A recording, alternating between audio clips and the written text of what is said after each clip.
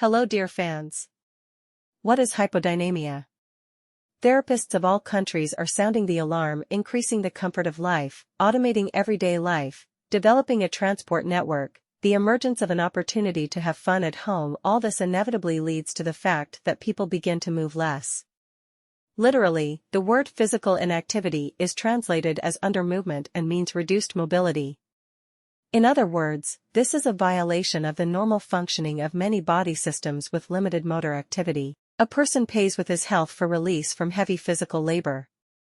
100 years ago, when most people had to work from night to dawn to feed themselves, the problem of physical inactivity concerned very narrow circles of high society. It was the emergence of mechanisms that freed millions of workers' hands that gradually led to less physical mobility of workers.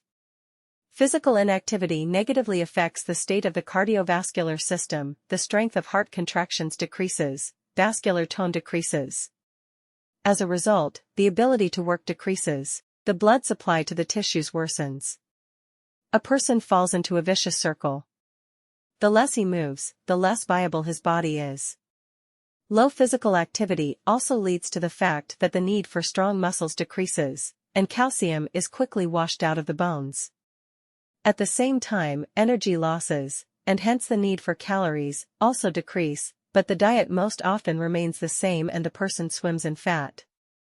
Even in the most neglected cases, you can break this vicious circle and start living life to the fullest. In particular, you can gradually increase physical activity with the help of swimming, calisthenics, yoga.